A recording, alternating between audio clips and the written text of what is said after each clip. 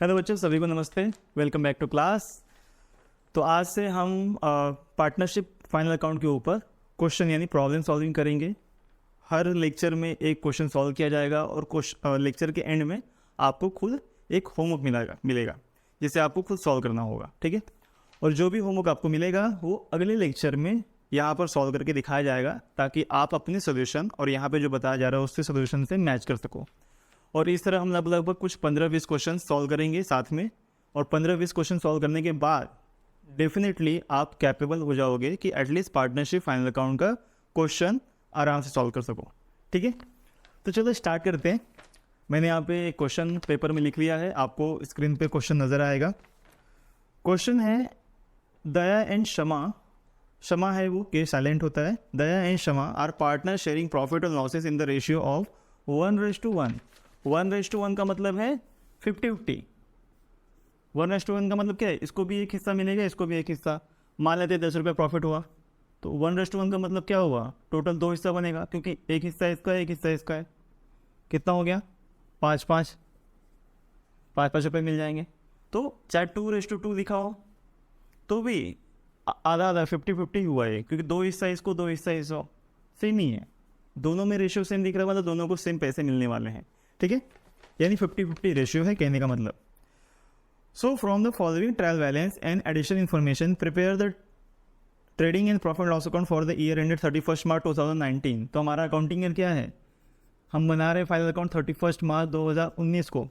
यानी हमारा accounting year start कब हो रहा है, 1 अप्रैल 2018। ध्यान रखना है, कभी भी ईयर एंडिंग देखना है हमें। ईयर एंडिंग 2019 दिया है, मतलब स्टार्ट कब हुआ रहेगा, 18 में। और बैलेंस शीट बनानी है आगे।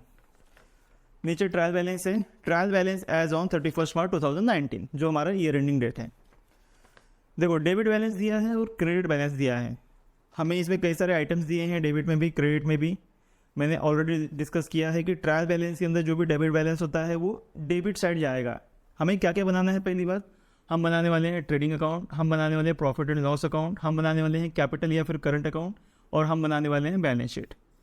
इतनी जगहों पे हमें एंट्रीज करनी है यहाँ से क्वेश्चन से लेकर। यहाँ पे भी डेबिट और क्रेडिट होता है, मतलब ट्रेडिंग अकाउंट में भी डेबिट होता है और क्रेडिट होता है, यहाँ पे भी डेबिट होता है और क्रेडिट होता है, यहाँ पे भी डेबिट होता है और क्रेडिट होता है। और यहाँ पे असेट्स और लायबिलिटी होती है। असेट्स जो डेबिट बैलेंस होता है, लायबिलिटी जो क्रेडिट बैलेंस होती है। तो यहाँ पे जो भी डेबिट बैलेंस दिए हुए हैं वो डेबिट साइड ही जाएंगे, और यहाँ पे जो क्रेडिट बैलेंस दिए हुए हैं वो क्रेडिट साइड ही जाएंगे, ठीक है। और भी 1-2 एक्सेप्शन है, जब हम क्वेश्चन सॉल्व करेंगे तब मैं आपको बताऊंगा, ठीक है। तो जब भी क्वेश्चन आप लोगे तो क्वेश्चन सबसे पहले पढ़ोगे। क्वेश्चन पढ़ने के बाद स्टेप 2 है, हमें टिक मार्क करना है। जैसे हमने लास्ट वीडियो में देखा था कि कौन सा आइटम किस कैटेगरी में जाएगा, जो भी आइटम होगा जिस कैटेगरी में जाएगा वहाँ पे यहाँ पे टिक मार्क करेंगे। जैसे देखो डेबिट बैलेंस से स्टार्ट करते हैं। सबसे पहले लिखा है स्टॉक। स्टॉक में भी ब्रैकेट में दिया है 1/4/2018, मतलब 1 अप्रैल 2018 को, यानी जब ये अकाउंटिंग ईयर स्टार्ट हुआ था तो स्टॉक कितना था, 65,000। जब अकाउंटिंग ईयर स्टार्ट हुआ था तब का बैलेंस है, मतलब ये ओपनिंग बैलेंस है। क्या है ये, ओपनिंग स्टॉक कितना है, 65,000 दिया हुआ है। ओपनिंग स्टॉक की बात हो रही है। ओपनिंग स्टॉक कहाँ जाता है, ट्रेडिंग अकाउंट में। ट्रेडिंग अकाउंट में किस साइड जाएगा, ये डेबिट बैलेंस है, डेबिट साइड जाएगा। तो हम टिक मार्क कैसे करेंगे, जहाँ साइड में जगह है वहाँ पे लिखेंगे trading account debit balance, TD। ऐसे शॉर्टकट टर्म का हम इस्तेमाल करेंगे ताकि जब हम सारे टिक मार्क कर लेंगे, एडजस्टमेंट पढ़ लेंगे, तो जब हम आइटम्स को पोस्ट करेंगे, पोस्टिंग चालू करेंगे, तो हम सीधे सीधे आइटम्स को लिख पाएँ कि कौन सी चीज़ कहाँ है, ताकि दोबारा सोचना ना पड़े। आप समझ रहे हो, टिक मार्क करके रखेंगे तभी हम चारों फॉर्मेट्स में इजीली लिख सकते हैं, वरना हम कंफ्यूज हो जाएंगे। और टिक मार्क करने का और एक रीज़न है, किसी में एडजस्टमेंट्स हो सकता है तो उसके लिए उतनी जगह छोड़नी पड़ेगी, ठीक है। चलो, तो ओपनिंग स्टॉक कहाँ जाएगा, ट्रेडिंग अकाउंट के डेबिट साइड, ऐसा लिख सकते हो।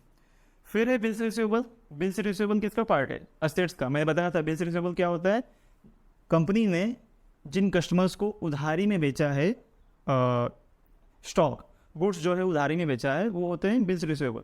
डिटेल्स भी वही होते हैं, पर बिल्स रिसीवेबल में कहीं ना कहीं बिल से लेन देन होता है, बिल बीच में आ जाता है, जिसमें बिल क्रिएट होता है और बिल से लेन देन किया जाता है। लेकिन डेटर्स में जनरली उधारी, मतलब बिना बिल के ही कस्टमर को स्टॉक बेच दिया जाता है। और भी कई मतलब होते हैं, वो मैं आपको बाद में बताऊंगा धीरे धीरे। तो बिल्स रिसीवेबल कहाँ जाएगा, असेट्स में। तो वहाँ पे लिखो ए, क्या लिखोगे, ए। उसके बाद है वेजेस एंड सैलरी, हमने ये भी पढ़ा हुआ है। वेजेस और सैलरी देखो साथ में दिया है, तो वेजेस और सैलरी में पहले क्या लिखा है, वेजेस। जब वेजेस लिखा है तो हम वेजेस मान के चलेंगे कि ये वेजेस का अमाउंट है। वेजेस एंड सैलरी 9000 दिया है, कहाँ जाएगा वेजेस? अगर वेजेस पकड़ेंगे तो कहाँ जाएगा? ट्रेडिंग अकाउंट का डेबिट साइड, तो वहाँ लिखो टी, वेजेस के आगे लिखो टी, जैसे वेजेस लिखा है तो इसके आगे यहाँ पे लिखो टी, शॉर्टकट में छोटा सा पेंसिल से। नेक्स्ट है संडे डेटर्स। संडे डेटर्स मैंने बताया बिल्स रिसीवेबल और डेटर्स दोनों सेम ही होते हैं, दोनों कस्टमर्स होते हैं जिनको क्रेडिट पे सेल किया गया है। तो डेटर्स कहाँ जाएंगे? एसेट्स में, लिख दो वहाँ पे ए। उसके बाद है बैड डेप्ट। बैड डेप्ट मतलब लॉस, मैंने बताया था बैड डेप्ट यानी जो पैसे डूब गए, पक्का नहीं मिलेंगे, लॉस हो गए। कोई पैसे लेके भाग गया, नहीं दे रहा है, दादागिरी कर रहा है, कुछ भी हो सकता है, पैसे नहीं मिले, कुल मिला के नहीं मिले। और ये जो पैसे डूबते हैं ना, किस में डूबते हैं? जो ऊपर हमने संडे डेटर्स पढ़ा उसी में से डूबते हैं। ध्यान रखना, पैसे कहाँ से डूबेंगे? जहाँ से पैसे मिलने वाले, तो जहाँ से पैसे मिलने वाले वहीं से डूबेंगे। तो वहाँ से डूबेंगे तो कौन सा जगह है? वो है संडे डेटर्स। ठीक है, तो ये इन्फॉर्मेशन है, इसको याद रखो। तो बैड डेट है तो पहली बात तो लॉस हो गया है। और मैंने आपको कहा था लॉस और income, loss expense income profit का साइड कौन सा होता है, कौन सी लेजर होती है? वो होती है प्रॉफिट लॉस अकाउंट की।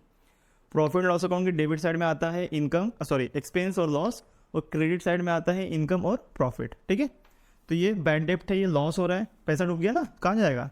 प्रॉफिट लॉस अकाउंट की डेबिट साइड, लिखोगे पी डी। ठीक है।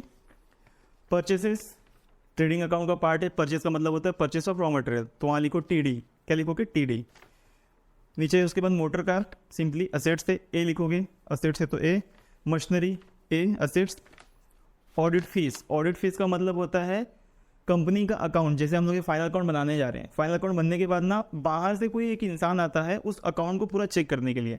साल भर में जितनी भी एंट्रीज हुई हैं, कोई एंट्री गलत तो नहीं हो गई है, या फर्जी तो नहीं किया गया, पैसे का घपला तो नहीं हुआ है, फ्रॉड जिसे कहते हैं हम, तो उसको चेक करने के लिए। क्योंकि जो ये अकाउंट साल भर में मेंटेन होता है कंपनी के अंदर, ये अकाउंटेंट करता है। कौन करता है? कोई अकाउंटेंट होता है। तो उस अकाउंटेंट ने अच्छा काम किया नहीं किया है, कंपनी ने सही काम किया नहीं किया है, वो ध्यान रखने के लिए ऑडिटिंग होती है। ऑडिटिंग यानी अकाउंट्स को चेक किया जाता है, और जो अकाउंट चेक करता है उसको बोलते हैं ऑडिटर। तो जब वो चेक करेगा तो फ्री में तो करेगा नहीं, कंपनी को उसे कुछ पैसा देना होगा। तो ये क्या है? ऑडिट फीस कंपनी ने उस ऑडिटर को दिया है। तो कंपनी के लिए क्या है? एक्सपेंस। एक्सपेंस से तो कहाँ जाएगा? प्रॉफिट लॉस के डेबिट साइड। एक्सपेंस से तो कहाँ जाएगा? प्रॉफिट लॉस के डेबिट साइड, तो लिखोगे पीडी। उसके बाद है सेल्स रिटर्न। ध्यान है ना, लिखा है सेल्स रिटर्न। सेल्स रिटर्न का मतलब होता है जो सामान हमने बेचा था, हमने मतलब कंपनी ने जो सामान बेचा था उसमें से कुछ रिटर्न आ गया। क्यों रिटर्न आया? कई रीज़न हो सकते हैं, लाइक ट्रांसपोर्ट में टूट गए, एक्सीडेंट हो गया, डिस्ट्रॉय हो गए, तो सामने वाले ने रिटर्न भेज दिया, या ज़्यादा गुड्स भेज दिया तो उसने रिटर्न कर दिया। रिटर्न के कई सारे रीजंस हो सकते हैं, लेकिन रिटर्न आया है तो इसको हम माइनस करते हैं सेल्स में से। हमने बेचा था, मान लेते हैं हमने बेचा था 10,000 की एंट्री की थी, मैंने सेल किया है 10,000 का, लेकिन इसमें से कुछ रिटर्न आ गया। रिटर्न कितना आ गया? 2,000 का, तो हम लोग माइनस कर देंगे, क्योंकि बेचा 10,000 का था लेकिन 2,000 का रिटर्न आ गया, तो एक्चुअली में कितने का बेचा हमने? 8,000 का, तो 2,000 माइनस करके दिखाएंगे। तो माइनस सेल्स रिटर्न, सेल्स में से माइनस होगा, तो वहाँ पे लिखो माइनस फ्रॉम सेल्स। क्या लिखोगे? Minus from sales. वहाँ पे ऐसा लिखो, ब्रैकेट में लिख दो साइड में माइनस सेल्स, बस ऐसा। उसके बाद ये डिस्काउंट। देखो डिस्काउंट तो दिया, लेकिन ये नहीं लिखा है कि डिस्काउंट मतलब क्या होगा, मतलब एक्सपेंस होगा कि इनकम है, मतलब मिला हुआ है डिस्काउंट की दिया हुआ है। तो कैसे पहचान लोगे कि डिस्काउंट क्या है? आप देखोगे किस साइड लिखा है। अगर डेबिट साइड लिखा है, इसका मतलब कंपनी ने नुकसान झेला है डिस्काउंट का। कंपनी ने नुकसान झेला, यानी कंपनी ने कस्टमर्स को डिस्काउंट दिया। अब डिस्काउंट में नुकसान कैसे होता है? मान लेते हैं कंपनी के पास कोई प्रोडक्ट एक्स था जो कि 1,000 रुपये का था, और कंपनी ने क्या किया, उस कस्टमर को 800 रुपये में दे दिया, तो कंपनी को कितने का लॉस हो गया? 200 का। तो ये डिस्काउंट है जो कंपनी को लॉस हुआ है। ठीक है ना? अब लॉस हुआ है तो कहाँ जाएगा? मैंने आपको कहा प्रॉफिट लॉस के डेबिट साइड। जब भी लॉस और प्रॉफिट और एक्सपेंस या इनकम की बात होगी तो प्रॉफिट लॉस पे जाएंगे हमेशा जनरली। ठीक है, तो पीडी प्रॉफिट लॉस के डेबिट साइड, पीडी। उसके बाद है बिल्डिंग। बिल्डिंग एसेट्स होती है, simple. Cash at bank assets होता है। 10% इन्वेस्टमेंट, इन्वेस्टमेंट एसेट्स होता है। डेबिट पे दिया है तो इन्वेस्टमेंट हमने किया है, ठीक ना? हमने मतलब कंपनी ने किसी दूसरी कंपनी में इन्वेस्ट किया है, या कहीं भी शेयर्स में इन्वेस्ट किया है, कहीं भी इन्वेस्ट हो सकता है, बॉन्ड्स में, गवर्नमेंट सिक्योरिटीज़ में, कहीं पे भी इन्वेस्टमेंट हो सकता है। 10% यहाँ पे मेन बात है, 10% ध्यान देने वाली। 10% का मतलब है कि कंपनी ने 10% के ब्याज पे, मान लेते हैं हमारी कंपनी है, तो कंपनी ने किसी ए कंपनी का शेयर्स खरीदा। ये कंपनी ने वादा किया है 10% इंटरेस्ट देंगे। कितने का शेयर्स, कितने का इन्वेस्टमेंट किया? 20,000 का। तो इस 20,000 पे 10% इस एक कंपनी हमारी कंपनी को देगी, यानी हमें क्या होने वाला? इनकम होने वाला। क्या होने वाला? हमें इनकम। कहने का मतलब ये हिडन एडजस्टमेंट है। हमने हिडन एडजस्टमेंट के लेक्चर में आप जाओगे देखोगे तो हमने पढ़ा भी था इतना परसेंट इन्वेस्टमेंट। तो ये हिडन एडजस्टमेंट है। तो इसमें ना एक स्टार मार्क बना दो, जैसे जिसमें एडजस्टमेंट होता है हम उसमें ऐसा करते हैं। जैसे मान लो लिखा है 10% इन्वेस्टमेंट, तो यहाँ पे स्टार मार्क बना दो, जिससे ये समझ में आएगा कि इसमें एक एडजस्टमेंट है। जैसे हम लोगों ने आइटम ट्रांसफ़र करने के लिए क्या किया? TD, एसेट्स के लिए A, प्रॉफिट लॉस के लिए PD, लायबिलिटी के लिए L लिखेंगे। तो यहाँ आगे स्टार मार्क करना है ताकि समझ में आए कि इसमें एक एडजस्टमेंट है। जब हम पोस्टिंग करें तो उसके लिए एक लाइन, जितना एडजस्टमेंट होगा उतनी लाइन छोड़ देंगे। ठीक है, ये ट्रिक होता है। नेक्स्ट है एडवर्टाइजमेंट 4,500। लेकिन देखो अब ब्रैकेट में कुछ लिखा है। क्या लिखा है? Paid for 9 months. ये हिंट है कि इसमें भी एडजस्टमेंट है। ये भी हमने हिडन एडजस्टमेंट में देखा था। एडवर्टाइजमेंट दिया है 4,500 रुपये खर्चा हुआ है इस अकाउंटिंग ईयर में, लेकिन ब्रैकेट में लिखा है कि ये अमाउंट जो है सिर्फ 9 महीने का है, जबकि साल कितने महीने का होता है? 12 महीने का। यानी 3 महीने का एडवर्टाइजमेंट का एक्सपेंस नहीं दिया गया है। कहने का मतलब ये है। तो क्या करेंगे? 3 महीने का एडवर्टाइजमेंट एक्सपेंस ऐड करेंगे। क्या करेंगे? ऐड। तो कहने का मतलब ये एडवर्टाइजमेंट में भी क्या है? एडजस्टमेंट है। तो एडवर्टाइजमेंट में भी जाओ, एडवर्टाइजमेंट जो लिखा है उसके यहाँ जाकर स्टार मार्क कर दो एक। अच्छा, एडवर्टाइजमेंट जाता है कहाँ पे? ये एक्सपेंस है, कहाँ जाएगा? सोचो सोचो। एडवर्टाइजमेंट एक एक्सपेंस है, कंपनी खर्चा करती है ना एडवर्टाइजमेंट पे, एक्सपेंस हो रहा है, कहाँ जाएगा? प्रॉफिट एंड लॉस के डेबिट साइड, PD लिखेंगे। क्या लिखेंगे? PD। उसके बाद है रॉयल्टीज़। ये भी हमने फॉर्मेट में देखा था। रॉयल्टीज़ क्या होती है?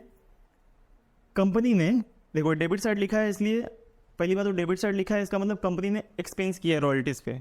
रॉयल्टी का मतलब होता है कि जब कोई दूसरी कंपनी किसी दूसरे कंपनी का नाम, पैटर्न, डिज़ाइन, फॉर्मूला, प्रोडक्ट कुछ भी कॉपी करती है, तो उस कंपनी को जिसने वो बनाया है प्रोडक्ट, जिसका ओरिजिनल डिज़ाइन है, उसे कुछ पैसे देने पड़ते हैं। उसको बोलते हैं रॉयल्टी। जैसे मान लो एक क्लास है, ठीक है, अभी एक दिव्य कोचिंग इंस्टीट्यूट, अभी इस नाम से कोई और क्लास खोलना चाहता है, जबकि एक कंपनी मेरे नाम पे या ये क्लास मेरे नाम पे है, ठीक है ना, तो उस इंसान को मुझे कुछ पैसे देने होंगे, मैं उससे कुछ पैसे लूँगा, उसको बोलेंगे रॉयल्टी। ठीक है, यहाँ पे डेबिट साइड लिखा मतलब कंपनी ने पे किया है किसी को, यानी कंपनी ने किसी का कुछ तो इस्तेमाल किया होगा। कितना है? 3,000। तो कहाँ जाएगा? 3,000 है तो जाएगा ट्रेडिंग अकाउंट के डेबिट साइड। क्यों ट्रेडिंग अकाउंट के डेबिट साइड जाएगा? क्योंकि जो रॉयल्टी होती है ना, वो कंपनी के प्रोडक्ट से रिलेटेड मेनली होती है, उसके डिज़ाइन से रिलेटेड, उसके नाम से रिलेटेड होती है। और प्रोडक्ट इसका हिस्सा होता है मैन्युफैक्चरिंग का, और मैन्युफैक्चरिंग की एंट्रीज कहाँ होती है? ट्रेडिंग अकाउंट में। मैंने बताया था, जिसने भी फॉर्मेट्स, जो ट्रेडिंग अकाउंट का फॉर्मेट, प्रॉफिट लॉस का और बैलेंस शीट का फॉर्मेट नहीं देखा होगा वो लेक्चर, वो पहले देख लेना। फॉर्मेट जिसे नहीं याद होगा ये सॉल्व करना मुश्किल हो जाएगा। तो यहाँ पे लिखोगे TD, रॉयल्टीज़ के आगे लिखो TD, क्योंकि ये ट्रेडिंग अकाउंट के डेबिट साइड जाएगा। ठीक है, डेबिट साइड कंप्लीट। अब आ जाओ क्रेडिट साइड। क्या लिखा है? सबसे पहले लिखा है जनरल रिजर्व। जनरल रिजर्व का मतलब होता है कंपनी का रिजर्व में रखा गया पैसा, रिजर्व में रखा गया पैसा। तो ये लायबिलिटी है। क्या है? लायबिलिटी। सीधे L लिख दो वहाँ पे। कैपिटल दिया है दया का और क्षमा का। दया का 1,60,000, क्षमा का 1,20,000। तो ये कैपिटल कहाँ ट्रांसफ़र होगा? क्योंकि अब हम पार्टनर्स फाइनल अकाउंट पढ़ रहे हैं, तो यहाँ पे हम अलग से एक अकाउंट बनाने वाले हैं, या तो कैपिटल या तो करंट। अब क्योंकि इसमें करंट बैलेंस नहीं है, इसके लिए हम लोग सिर्फ कैपिटल अकाउंट बनाएंगे। क्या बनाएंगे? Capital account. तो ये बैलेंस जो है हम सीधे कैपिटल में ट्रांसफ़र करेंगे, और क्योंकि ये क्रेडिट बैलेंस है इसके लिए हम लोग क्रेडिट में ट्रांसफ़र करेंगे। ठीक है, सॉल्व करते हुए देखेंगे। तो वहाँ पे लिख दो, लिखने की जरूरत भी नहीं है, कैपिटल का कैपिटल में जाएगा। नेक्स्ट है क्रेडिटर्स। क्रेडिटर्स कौन होते हैं? डेटर्स की उल्टा। क्रेडिटर्स यानी कंपनी ने जिनसे उधारी में खरीदा है, सप्लायर्स जो जिन्हें कहा जाता है। डेटर्स कौन होते हैं? कंपनी जिनको उधारी में बेचती है, तो वो डेटर्स होते हैं, जिनसे पैसे लेने हैं, और यहाँ पे पैसे देने हैं क्योंकि सप्लायर्स से उधारी में लिया है कंपनी ने, तो ये हो गया लायबिलिटी। तो L लिखेंगे वहाँ पे। उसके बाद है RDD। RDD का मतलब होता है रिजर्व फॉर डाउटफुल डेब्ट। ये इनकम है यहाँ पे। क्या है ये? इनकम। तो इसके बारे में हम थोड़ा बाद में बात करेंगे। ठीक है, अभी कह देता हूँ ये बैड डेब्ट से रिलेटेड है। देखो डेबिट साइड में एक बैड डेब्ट था 5th नंबर पर, संडे डेटर्स के नीचे। ये उसमें एडजस्ट किया जाएगा। कैसे करेंगे हम जब सॉल्व करेंगे तब बताऊंगा, क्योंकि बैड डेब्ट का एक टोटल फॉर्मेट है, एकदम कॉपी करना है आपको, फॉर्मेट है वो, हर क्वेश्चन में आपको सेम कॉपी करना है। मैं बताऊंगा कैसे करना है, क्या है वो भी बताऊंगा। हालांकि ये आरडीडी क्या है, इनकम है, क्योंकि क्रेडिट साइड है ना, ये इनकम है। क्या है ये, इनकम। सेल्स तो वैसे इनकम होता है, कहा जाएगा ट्रेडिंग अकाउंट के क्रेडिट साइड। सेल्स कहाँ जाता है, ट्रेडिंग अकाउंट की क्रेडिट साइड। वहाँ लिख दो TC। देखो उसके नीचे लिखा आउटस्टैंडिंग वेजेस। अब आउटस्टैंडिंग वेजेस क्या है, आउटस्टैंडिंग मतलब बाकी। वेजेस क्या होता है, जो कंपनी लेबर्स को देती है, यानी कंपनी का खर्चा होता है, वो आउटस्टैंडिंग है। यानी कंपनी ने कुछ लेबर्स को वेजेस नहीं दिया है। कंपनी ने क्या किया, कुछ लेबर्स को उनका वेजेस नहीं दिया। कितना नहीं दिया, 700 रुपये। तो कंपनी के सर पे क्या हो गया, कर्ज हो गया। अरे आप किसी का पैसा नहीं दोगे तो आपके सर पे क्या है, कर्ज है। तो कहाँ जाएगा, लायबिलिटी। वहाँ लिखो L। क्या लिखोगे, लायबिलिटी। नेक्स्ट है परचेसेस रिटर्न। परचेसेस रिटर्न, जैसे सेल्स रिटर्न हमने पढ़ा था कि सेल किया उसमें से कुछ वापस आ गया। ये लिखा है परचेस रिटर्न। इसका मतलब हमने रॉ मटेरियल खरीदा था और उसमें से कुछ ख़राब हो गए हैं या फिर कुछ ज़्यादा रॉ मटेरियल आ गया तो हमने रिटर्न कर दिया है। Any reason, due to any reason हमने रिटर्न किया। परचेस किया हुआ जब रिटर्न करते हैं तो परचेस रिटर्न। तो ये कहाँ से माइनस होगा, ये माइनस होगा परचेस से। तो वहाँ पे लिखो माइनस परचेस। जैसे मैंने बताया था माइनस सेल्स, वैसे उसके आगे लिखो minus purchase, minus from purchase. ठीक है, इसका मतलब क्या है, परचेस में जाके ना टिक मार्क कर लो ताकि हम लोग को याद रहे। ऐसा टिक मार्क कर दो ताकि हमें याद रहे कि भैया क्या करना है, परचेस में से माइनस करना। और सेम सेल्स में भी एक टिक मार्क कर लो। उन्होंने पहले ध्यान नहीं दिया ना, सेल्स में भी एक टिक मार्क करो, क्योंकि सेल्स में से सेल्स रिटर्न माइनस करना है। तो उन दोनों के आगे स्टार मार्क कर दो कि इसमें एडजस्टमेंट है, ताकि हम लोग गलती ना करें। ठीक है, लास्ट है क्रेडिट साइड में डिस्काउंट। देखो क्रेडिट साइड में भी डिस्काउंट है, जबकि डेबिट में भी डिस्काउंट था, लेकिन और क्रेडिट में भी डिस्काउंट दिया है। यहाँ पे भी कुछ नहीं लिखा है रिसीव्ड है या पेड है। तो कैसे समझेंगे, क्रेडिट साइड में दिया है मतलब डिस्काउंट मिला है, कंपनी को इनकम हुई है डिस्काउंट की। क्या हुई है, कंपनी को इनकम हुई है। तो ये डिस्काउंट आ जाएगा प्रॉफिट लॉस से क्रेडिट साइड, PC लिखेंगे, प्रॉफिट लॉस से क्रेडिट साइड। आई होप समझ रहे हो। डेबिट साइड में डिस्काउंट था तो वो एक्सपेंस था, मतलब कंपनी का नुकसान हो गया तो वो प्रॉफिट लॉस के डेबिट में गया। ये डिस्काउंट कंपनी के लिए फ़ायदा हुआ है। अब इसका लॉजिक क्या बता सकता हूँ, इसका लॉजिक ये हो सकता है कि कंपनी कुछ खरीद रही थी बाहर से जो कि 1000 रुपया एक्चुअल वैल्यू था, और कंपनी को सामने वाले ने 800 में दे दिया। तो कंपनी को कितने का फ़ायदा हो गया, 200 रुपये कंपनी का बच गया, इसलिए डिस्काउंट है। बच गया तो क्या हो गया, इनकम हो गया ना। इसको लिखेंगे प्रॉफिट लॉस अकाउंट के क्रेडिट से। ठीक है, ओके। सो आगे बढ़ते हैं एडजस्टमेंट पे और देखते हैं किस पे एडजस्टमेंट है। तो पहला जो एडजस्टमेंट है वो है क्लोजिंग स्टॉक, जो है अमाउंट 40,000। कितना है, 40,000। एक मिनट, वीडियो चल रही है ना प्रॉपर। हाँ, कितना अमाउंट, 40,000। 40,000 का मतलब 40,000 क्लोजिंग स्टॉक है। ओपनिंग स्टॉक हमने सबसे पहले देखा, वो कहाँ गया, ट्रेडिंग अकाउंट के डेबिट साइड। तो क्लोजिंग स्टॉक कहाँ जाएगा, ट्रेडिंग अकाउंट के क्रेडिट साइड। और हमें भूलना नहीं है कि एडजस्टमेंट के हमेशा 2 इफेक्ट होते हैं। तो एक तो जाएगा ट्रेडिंग अकाउंट की क्रेडिट साइड, और दूसरा कहाँ जाएगा, ये असेट्स पे। क्या है, असेट्स। चीज़ों को मैं ज़्यादा एक्सप्लेन नहीं करूँगा क्योंकि ऑलरेडी एडजस्टमेंट्स के अलग अलग वीडियोज़ हमने बना के पोस्ट किए हुए लेक्चर्स हैं। तो आप वो देख कर, ये देखो क्वेश्चन पे आने का मतलब है, देखो हम लोगों ने टोटल मतलब 15-16 लेक्चर ले लिए हैं। छोटा छोटा ही लिया है, लेकिन 15-16 टॉपिक्स हम लोगों ने लेक्चर ले लिए। इतना लंबा लेक्चर क्यों किया गया थियरी का, ताकि आप हर एक स्टेप समझ जाओ, हर एक चीज़ समझ जाओ। जबकि और क्यों समझ जाओ, जब हम क्वेश्चन सॉल्व करें तो आराम से अच्छे से कर पाएँ, इतना समझाना ना पड़े। हालांकि मैं समझा ज़्यादा ही रहा हूँ, लेकिन आपको पता होना चाहिए। तो आप अगर कोई ऐसा है जो सीधे इस वीडियो पे आ गया है, तो आप पहले जो बेसिक लेक्चर की वीडियोस थे, इसके पहले जो 15-16 लेक्चर पोस्ट हुए हैं, ज़्यादा नहीं, ये 30 मिनट के ही मुश्किल से, उससे भी कम के ही हैं, तो उसे आप पहले देखोगे फिर यहाँ पे आओगे। ठीक है, चलो। तो क्लोजिंग स्टॉक हम करेंगे। Depreciation, depreciate building and machinery at 5% and 3% respectively मतलब होता है जैसे नाम लिखा है वैसे परसेंटेज। जैसे बिल्डिंग का 5% है, बिल्डिंग पहले लिखी है, 5% पहले लिखा है, तो बिल्डिंग का 5% और मशीनरी का 3%। तो बिल्डिंग और मशीनरी पे डेप्रिसिएशन है, यानी एडजस्टमेंट है। क्या करेंगे, ऊपर जाएंगे, मशीनरी पे टिक मार्क करेंगे और बिल्डिंग पे टिक मार्क करेंगे। तो देखो बिल्डिंग जो है नीचे से 5वीं लाइन पे है, डिस्काउंट के नीचे कैश एट बैंक के ऊपर, वहाँ पे जाओ स्टार मार्क करो बिल्डिंग के आगे, और उसके 3-4 आइटम ऊपर मशीनरी है, वहाँ पे जाओ टिक मार्क करो मशीनरी के आगे। क्यों कर रहे हैं हम ऐसा, ताकि एडजस्टमेंट के लिए जब हम मशीनरी को असेट्स में लिखेंगे तो एडजस्टमेंट के लिए एक लाइन छोड़ेंगे, ताकि गलती से वहाँ कोई आइटम ना लिख दूँ मैं, दूसरा आइटम, ठीक है। ओके, उसके बाद है bills receivable included dishonoured of bill of ₹3000। ध्यान देना यहाँ क्या लिखा है, bills receivable included dishonoured of bill of 3000। 3000 रुपये का जो बिल था वो डिसऑनर हुआ है बिल्स रिसीवेबल में से। बिल्स रिसीवेबल देखो डेबिट साइड में सबसे ऊपर था, जो असेट्स में जाएगा सबसे ऊपर, यानी स्टॉक के नीचे, उसमें जाओगे स्टार मार्क करोगे कि इसमें भी एडजस्टमेंट है, और मैं आपको वहाँ बताऊँगा कि क्या करना है उसमें, ठीक ना। पहले तो टिक मार्क करके रखो। और एक और बात है, बिल्स रिसीवेबल जो है वो क्योंकि डिसऑनर हुआ है तो ये रिलेटेड है डेटस से भी, डेटस से भी रिलेटेड है। तो डेटस में जाओ और एक टिक मार्क करो। हर चीज़ का दो इफेक्ट है ना, तो इसका भी दो इफेक्ट होगा। तो एक तो बिल्स रिसीवेबल में से हम जो करेंगे और एक डेटस में उसको कुछ ना कुछ करना है, मैं बताऊँगा आपको आगे। उसके बाद है goods worth ₹1000 taken by Daya for personal use and was not enter in the books of account. तभी तो एडजस्टमेंट है। Not enter in the books of account का मतलब है ना जर्नल एंट्री हुई, ना लेजर हुआ, ना ट्रायल बैलेंस बना, कुछ नहीं किया गया, मतलब गलती से भूल चुके हैं, वो एंट्री करने भूल गए। क्या दया ने 1000 रुपये का गुड्स घर लेके चली गई पर्सनल इस्तेमाल करने के लिए, उसकी एंट्री नहीं हुई है, तो करेंगे, एंट्री करेंगे। तो ये ऊपर किसी भी आइटम से रिलेटेड नहीं है। ये इसके दो इफेक्ट क्या होंगे, पहली बात तो गुड्स कम हो रहा है, तो मैंने आपको देखो बार बार बताया, जब हम लोग ट्रेडिंग अकाउंट का फॉर्मेट पढ़ रहे थे मैंने आपको कहा था जैसे ही गुड्स कम होता है उसकी एंट्री कहाँ जाएगी, ट्रेडिंग अकाउंट के क्रेडिट साइड।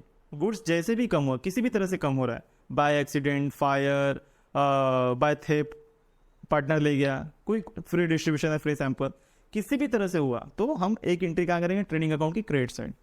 तो एक इफेक्ट तो ट्रेडिंग अकाउंट क्रेडिट साइड जाएगा, दूसरा इफेक्ट जाएगा पार्टनर ले जा रहा है कंपनी का पैसा घर पे इस्तेमाल करने के लिए, तो पार्टनर की कैपिटल में एंट्री होगी। कैपिटल में किस साइड, डेबिट साइड। एक ट्रेडिंग अकाउंट की क्रेडिट साइड हो रही है और पार्टनर की डेबिट साइड होगी, तो एक क्रेडिट साइड और एक डेबिट साइड। एडजस्टमेंट के इफेक्ट जो दो होते हैं, एक डेबिट में होते हैं, एक क्रेडिट में होते हैं, इतना तो पता ही चल गया होगा, राइट। नेक्स्ट है write off 1800 as bad debt. यहाँ पे भी बैड डेट दिया है सर, ऊपर भी बैड डेट दिया था संडे डेटर्स के नीचे, यहाँ पे भी बैड डेट दिया है, और आगे भी लिखा है maintain RDD at 5% of sundry debtors, RDD भी दिया है, और वहाँ ऊपर ट्रायल बैलेंस में भी क्रेडिट साइड में एक आरडीडी दिया है। तो आपको अभी बता दो शॉर्टकट में कि ट्रायल बैलेंस के जो तो अंदर जो बैड डेट होता है और जो आरडीडी होती है वो साल भर के बीच में हुई होती है। जैसे अगर डेबिट साइड में जो बैड डेट लिखा है उसका मतलब है कि साल के बीच में इन लोगों को पता चल चुका था इतना पैसा डूब गया है, तो उन्होंने एंट्री कर दी। लेकिन जो यहाँ 5वें एडजस्टमेंट में लिखा हुआ है 1800 बैड डेट, ये उन्हें एंड में मालूम पड़ा है जब हम फाइनल अकाउंट बना रहे तब। तो ये न्यू बैड डेट है। क्या है ये, न्यू। ऊपर जो है उसे ओल्ड बोलते हैं, क्या बोलते हैं, ओल्ड। और जो उसके बाद दिया ना and maintain RDD at 5% of sundry debtors. RDD का मतलब होता है मुझे डाउट है कि इतना पैसा और डूब सकता है। 1800 तो डूब चुका है, और ऑलरेडी साल के बीच में भी हमारा जो बैड डेट दिया ट्रायल बैलेंस से कितना, 1000। तो 1000 ऑलरेडी साल के बीच में डूबा था जिसकी एंट्री हो चुकी थी। साल के एंड में मालूम पड़ रहा है 1800 और डूब सकता है, सॉरी डूब चुका है, उसकी भी एंट्री करेंगे। और इतना होने के बाद भी मुझे लग रहा है कि यार और 5% डूब सकता है। होता है ना, कुछ लोग होते हैं, क्योंकि बिजनेस कई सारे लोगों को सामान बेचता है जिससे डेटर्स क्रिएट होते हैं। तो डेटर्स जो है वो बहुत सारे डेटर्स क्या होते हैं, आना जानी करते हैं। जैसे आप दोस्तों को पैसे देते हो तो दोस्त कैसा टालता है, हमें लगता है अब तो नहीं देगा, एक समय आता है ना लगता है नहीं देगा यार, डाउट होने लगता है। तो वैसे ही कंपनियों को भी डाउट होता है कि यार लगता है ये पैसा नहीं देगा, तो कंपनियाँ पहले से ही मान के चलती है कि नहीं मिलेगा, मतलब डाउट वाले में नहीं मिलेगा, इसलिए लिखा है RDD, reserve for doubtful debt. ये नहीं लिखा है बैड डेट। जब तक कंफर्म नहीं होगा तब तक बैड डेट नहीं होगा, तब तक आरडीडी होगी। तो 5% वो भी हमें करना है। तो कहने का मतलब है इसमें दो एडजस्टमेंट है, एक बैड डेट और एक आरडीडी, और ये दोनों किससे रिलेटेड है, ये दोनों ही रिलेटेड है डेटस से। तो डेटस में जाओ, हमने ऑलरेडी एक टिक मार्क किया था किससे रिलेटेड, बिल्स रिसीवेबल से रिलेटेड। अब जाओ वापस, एक ऑलरेडी किया था, एक और टिक मार्क करो, और एक और, दो टिक मार्क करोगे। क्यों, एक तो ऑलरेडी किया बिल्स रिसीवेबल वाला, एक बैड डेट का और एक आरडीडी का हो गया, क्योंकि दो एडजस्टमेंट करना है, एक ही एंट्री में दो एडजस्टमेंट है। समझो इतना सारा टिक मार्क क्यों करवा रहा हूँ, ताकि उतनी जगह हम छोड़ सके, वरना जगह अगर आपने कम छोड़ी तो फिर आप माइनस नहीं कर पाओगे, फिर पूरा फॉर्मेट ख़राब हो जाएगा, वहाँ पे कटपिट नज़र आएगा, मार्क्स कम मिलेंगे, दिक्कत हो जाएगी, ठीक है। और जो बैड डेट और आरडीडी होती है ये लॉस है, पैसा डूब गया ना, बैड डेट मतलब पैसा डूब गया, और मुझे लग रहा है और डूबने वाला है, तो इसका मतलब क्या हो रहा है, मेरा नुकसान होने वाला है। नुकसान होने वाला तो दूसरा इफेक्ट कहाँ जाएगा, प्रॉफिट लॉस के डेबिट साइड। पहला इफेक्ट तो हम डेटस में करने वाले हैं, और दूसरा इफेक्ट प्रॉफिट लॉस के डेबिट साइड। और लास्ट है goods of ₹6,000 were sold but no entry was made in the books of account. 6,000 goods बेच दिया था साल भर के बीच में कहीं तो, लेकिन गलती से एंट्री नहीं की है, वही लिखा था ना, but no entry was made in the books of account. तो एंट्री नहीं हुई, अनरिकॉर्डेड है। कौन सा अनरिकॉर्डेड है? अनरिकॉर्डेड सेल्स है। क्या है ये? Unrecorded sales. क्या है? Unrecorded sales. तो एंट्री कैसे होगी? देखो सिंपल लॉजिक है, हालांकि हमने एडजस्टमेंट में किया है। अनरिकॉर्डेड सेल है मतलब रिकॉर्ड करना पड़ेगा, रिकॉर्ड नहीं हुआ है तो रिकॉर्ड करना होगा ना। आपने सामान बेचा और एंट्री नहीं हुई है तो क्या करोगे? एंट्री करोगे। एंट्री करने में क्या करोगे? एक तो सेल्स में ऐड करोगे, तो एक काम करो, सेल्स में जाओ, एक और टिक मार्क करो, क्योंकि ऑलरेडी हमने सेल्स में टिक मार्क किया था। किसके लिए? वो sales minus, sales return minus करने के लिए। अभी एक और एडजस्टमेंट आ गया, अनरिकॉर्डेड सेल्स, तो एक और टिक मार्क कर लो, क्योंकि सेल्स में जाके ऐड होगा ना। 6,000 की एंट्री हुई नहीं है तो सेल्स हमारा कम दिख रहा है, तो हम क्या करेंगे? ऐड करके सेल्स को बढ़ाएंगे। ठीक है, पक्का? एक बात और मैंने आपको समझाई थी ये सब बताते वक्त, कि बिजनेस में जब परचेस करते हैं या सेल करते हैं तो हम मान के चलते हैं वो क्रेडिट में है, जब तक वहाँ लिखा ना हो कि कैश में है। जब तक फाइनली मेंशन ना हो कि कैश है, तब तक हम हमेशा मान के चलते हैं क्रेडिट में। क्यों? क्योंकि जनरली बिजनेस में करोड़ों अरबों की डीलिंग होती है और उतने पैसे ऑन द स्पॉट लिए दिए नहीं जाते हैं। बिजनेस वाले क्रेडिट पे ही काम करते हैं, ये बिजनेस का नेचर है। तो यहाँ पे भी हम मान के चलेंगे बिजनेस ने क्रेडिट पे सेल किया है। बिजनेस ने क्रेडिट पे सेल किया है तो सामने वाला क्या होगा? सामने वाला बन जाएगा डेटर। क्या बन जाएगा? डेटर्स। तो हम दूसरे से क्या करेंगे?